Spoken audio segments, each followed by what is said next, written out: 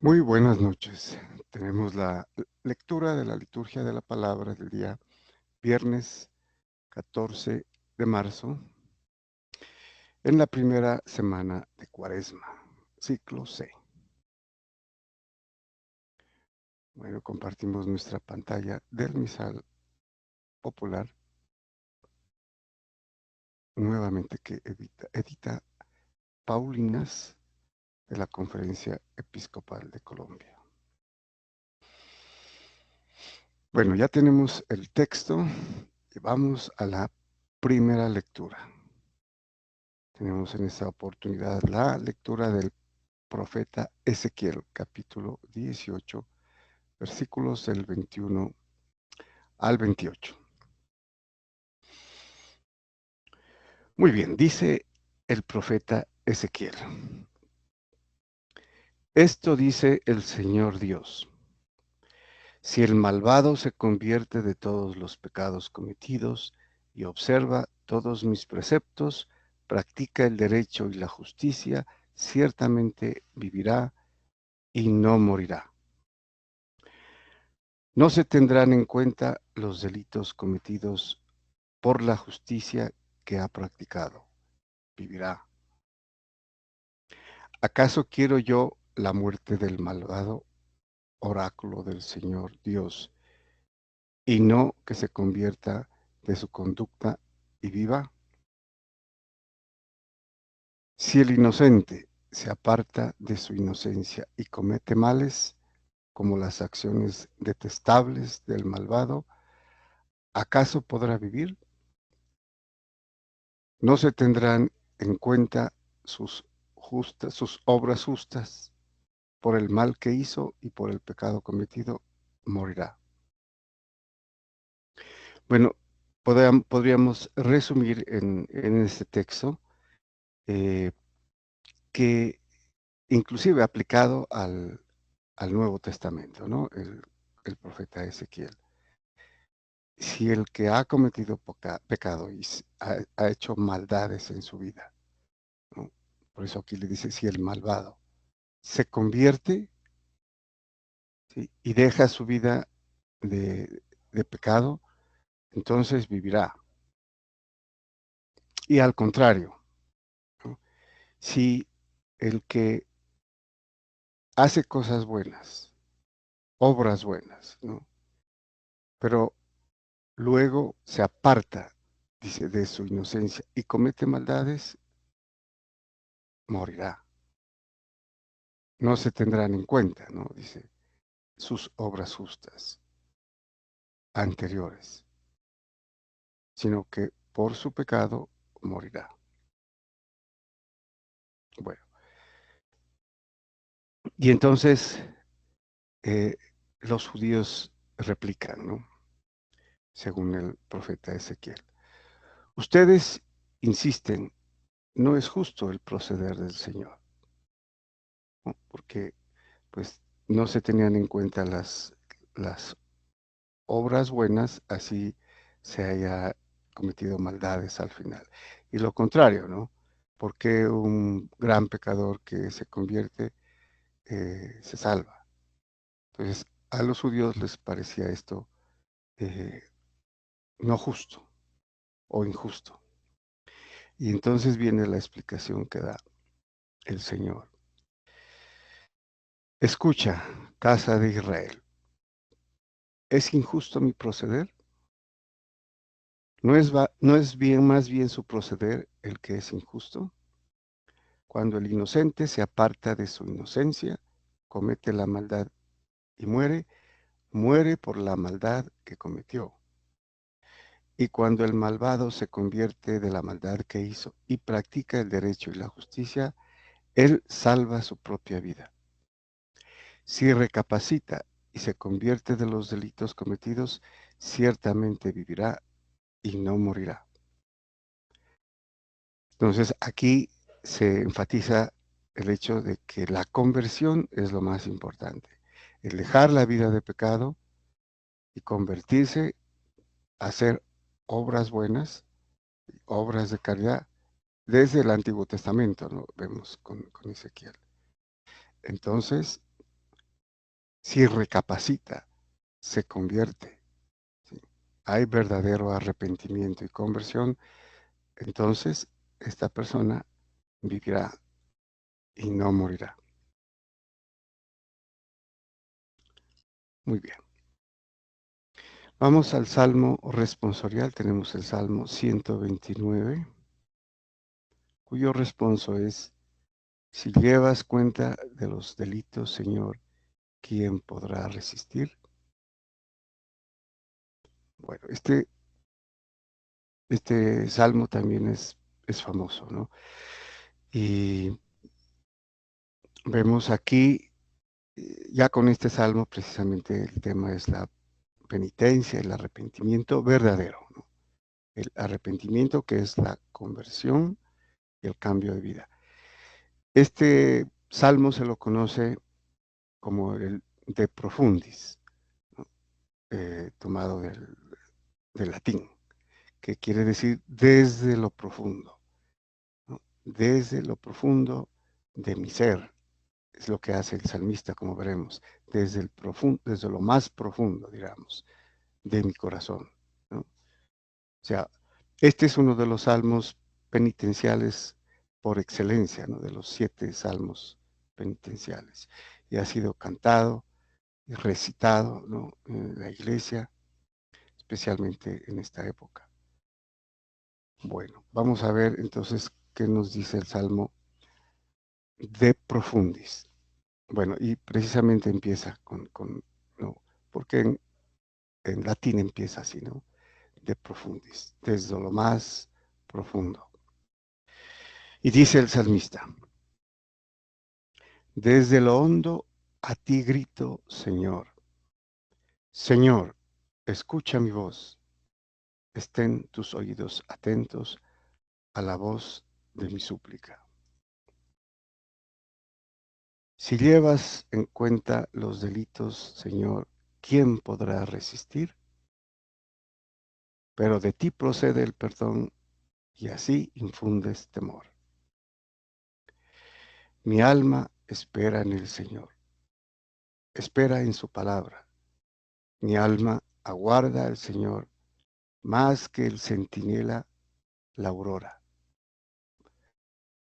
Aguarda, aguarde Israel al Señor como el centinela la aurora.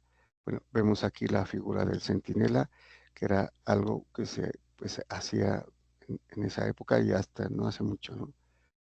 El centinela era quien cuidaba mientras la demás gente dormía, ¿no? Y lo que más quería el centinela después de trasnocharse, ¿no? Toda esa jornada de, de vigilancia, era que llegue la aurora, porque al llegar la aurora era relevado, ¿no? Entonces aquí se utiliza esa para eh, volver, ¿no? Para relevar, ¿sí? El ansia, ¿no? De volverse. Y continúa, porque del Señor viene la misericordia, la redención copiosa, y Él redimirá a Israel de todos sus delitos. Entonces aquí importante es la misericordia y la redención. Bueno, podríamos aquí también, con la lectura anterior, los judíos no aprovechaban esto, ¿no? ¿Sí? Como hemos visto, eh, era una justicia que ellos querían hacerse por el cumplimiento externo de la ley, mas no lo hacían por amor, ¿no? Y por amor al prójimo. De aquí que este salmo de profundis, desde lo más hondo, de lo más profundo de mi corazón, ¿no? Que es lo más sincero, la conversión a través de la penitencia. Bueno, después de este salmo penitencial hermosamente redactado y muy corto, ¿no? A pesar, no lo dijimos, pero son 8 versículos, ¿no? Eso es todo el salmo. Bueno, tenemos el Evangelio según San Mateo, capítulo 5, versículos del 20 al 26. Bueno, nos dice San Mateo. En aquel tiempo dijo Jesús a sus discípulos, si su justicia no es mayor que la de los escribas y fariseos, no entrarán en el reino de los cielos. Bueno, aquí hay una observación, ¿no? Entonces sabemos que Jesucristo en varias oportunidades y los famosos ayes, ¿no? A los judíos, a los escribas, fariseos, doctores de la ley, cuando les dice hipócritas, porque ellos no hacían lo que enseñaban, ¿sí? Y todo era para que los vean, o sea, solamente una fachada, ¿no? Y se contentaban con el cumplimiento estricto de la ley, pero sin que hubiera verdadero amor en el hacerlo, ¿no? No lo hacían por amor, sino lo hacían por cumplir, que se llama el legalismo. Bueno, entonces, por eso dice, si su justicia, ¿no? A quienes se está dirigiendo, a sus discípulos, no es mayor que la de los escribas y fariseos, no entrarán en el reino de los cielos. O sea que hay que superar eso, ¿no? Han oído que se dijo a los antiguos. Bueno, aquí tendríamos que hacer una explicación un poco gramatical. En realidad, el texto es, han oído que se dijo por los antiguos, ¿no? Aquí utiliza como complemento los antiguos, ¿no? Como dativo, ¿no? Pero en realidad es ablativo, es el sujeto. Se dijo por los antiguos, ¿no? O sea que la ley en el comienzo era diferente, ¿no? Y había sido pues mm, cambiada. Entonces, han oído que se dijo por los antiguos, o sea, desde el comienzo, ¿no? No matarás. Y el que mate será reo de juicio. O sea, reo en el juicio, ¿no? Quiere decir, el que mate será reo en el juicio. Y normalmente el que mataba, pues moría también, ¿sí? O sea, la ley del talión de la antigüedad. Entonces, hay que tener en cuenta otra modalidad aquí, ¿no? Entonces, se dijo por los antiguos. ¿Sí? Los antiguos decían esto, de acuerdo a la ley, no matarás, y el que mate será reo, o sea, que moría. Pero yo les digo, todo el que se deja llevar de la cólera contra su hermano será procesado. En el texto griego dice será reo en el juicio, como aquí, ¿no? También, reo en el juicio, o sea, se llevará a juicio. Importante porque esto es precisamente lo que viene a hacer Jesucristo, ¿no? Viene a darle el sentido espiritual a la ley. Y con un poquito de contexto, eh, anteriormente a este pasaje, en el pasaje anterior, él declara que él no ha venido a destruir la ley, sino a darle plenitud, cumplimiento. Y el cumplimiento es precisamente lo que dice aquí, ¿no? Porque hay que hacer aquí la comparación. Se dijo, ¿no? O la ley dijo, o la ley proclamó, pero yo les digo, o sea, él se pone como el legislador, como el que en realidad eh, decide la ley. ¿Mm? Entonces esto es bastante importante también, ¿no? Yo les digo, y lo hace en primera persona, ¿no? Como el sujeto de lo que dice. Todo el que se deja llevar de la cólera contra su hermano será procesado. pero leyéndolo y respetando la traducción del griego será reo en el juicio, ¿no? En otras palabras, podríamos decir, el que se deja llevar de la cólera, también asume la misma gravedad de la falta que el que mata, ¿no? Este es el sentido espiritual. Y si uno llama a su hermano imbécil, tendrá que comparecer ante el Sanedrín. ¿Mm? En el Sanedrín se juzgaban los casos graves, ¿no? Serios. Entonces es lo mismo, será llevado a juicio. Y si lo llama necio, merece la condena de la Gehenna del fuego. Bueno, aquí hay que darnos cuenta de la gravedad de lo que está diciendo aquí. Eh, esta declaración, que es una declaración legal, como el que legisla ya, ¿no? Se dijo en la antigüedad o por los antiguos, pero yo les digo, ¿no? Yo les digo, si lo llaman necio, merece la condena de la Gehenna, del fuego eterno, en realidad, ¿no? Esta versión es un poquito dista de la versión de, de otras Biblias, en realidad, que es más fuerte, ¿no? Aquí es del fuego que no se apaga, del fuego eterno, o sea, del infierno, de la condenación eterna. Y podríamos decir como los judíos, no, como que aquí se exagera, ¿no?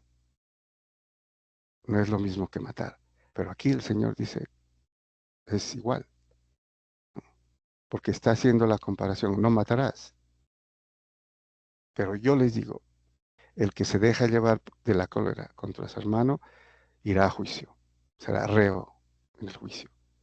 Y si lo llama imbécil, tendrá que comparecer ante el Sanedrín como, como reo. Y si lo llama necio, merece la condena del infierno, en otras palabras. ¿Mm? Que es lo mismo del que mata o el que mataba, ¿no? En la ley. Por tanto, si cuando vas a presentar tu ofrenda sobre el altar, te acuerdas allí mismo de que tu hermano tiene quejas contra ti, deja allí tu ofrenda ante el altar y vete primero a reconciliarte con tu hermano y entonces vuelves a presentar la ofrenda. También, ¿no? Similar o coherente con lo que el Señor ha dicho anteriormente. Y esto tiene mucho que ver ya o tiene un reflejo de la Eucaristía, ¿no? Porque en la Eucaristía, para recibir la comunión, como también lo enseña San Pablo, ¿no? La primera carta a los Corintios. Si tienes pecado, ve a confesarte, porque de lo contrario cometes sacrilegio. Si recibes la Eucaristía en pecado grave. Entonces aquí dice lo mismo. Si vas a presentar tu ofrenda, la ofrenda, ¿no? Un sacrificio sobre el altar, ¿m? Y tiene quejas contra ti tu hermano. O sea, has hecho una cosa mala, tienes pecado grave, deja allí tu ofrenda. Diríamos, no comulgues porque cometes sacrilegio.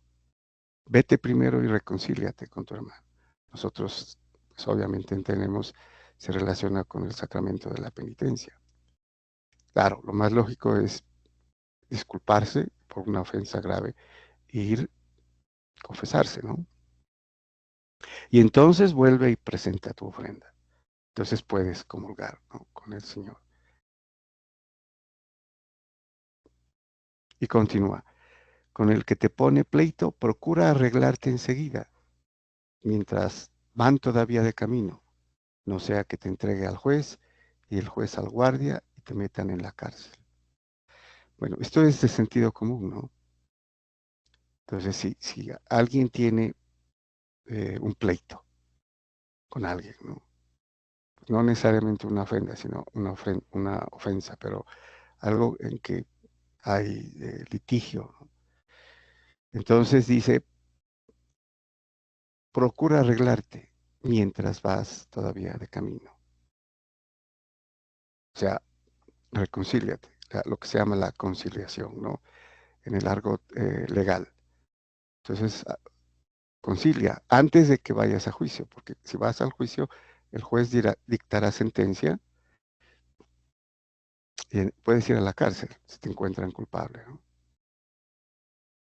Es lo que hace la ley, ¿no? La ley siempre prevé, antes de ir a juicio, llama a los litigantes o a los que tienen el problema o el pleito para que se arreglen, ¿no? Concilien. Si concilian, mejor. Se evitan el juicio. Porque en el juicio, si el juez dicta sentencia contra el que recae la culpa, entonces la pena es la cárcel. Y entonces termina, en verdad te digo que no saldrás de allí hasta que hayas pagado el último céntimo. Tendrá que cumplir la condena. Solamente saldrá cuando haya pagado, aquí sería el último día de su condena. Si fueron años, 10 años, 20 años, ¿no? Bueno, lo que sea. Y inicialmente se tomaba este pasaje como referido al purgatorio, ¿no? Y podemos decir que sí, porque si esto se lleva al campo escatológico, habrá un lugar donde habrá que pagar, pero se saldrá, ¿cierto? O sea, no el infierno porque no se sale. En el cielo, salvado, ¿no? Pero aquí podríamos tener una idea de lo que sería el purgatorio, ¿no? Porque se va a la cárcel, pero tiene que pagar o purgar completamente la pena para salir. Entonces, este tiene un indicio de la idea de purgatorio antes de pasar al cielo. Muy bien, muchas gracias y bendiciones.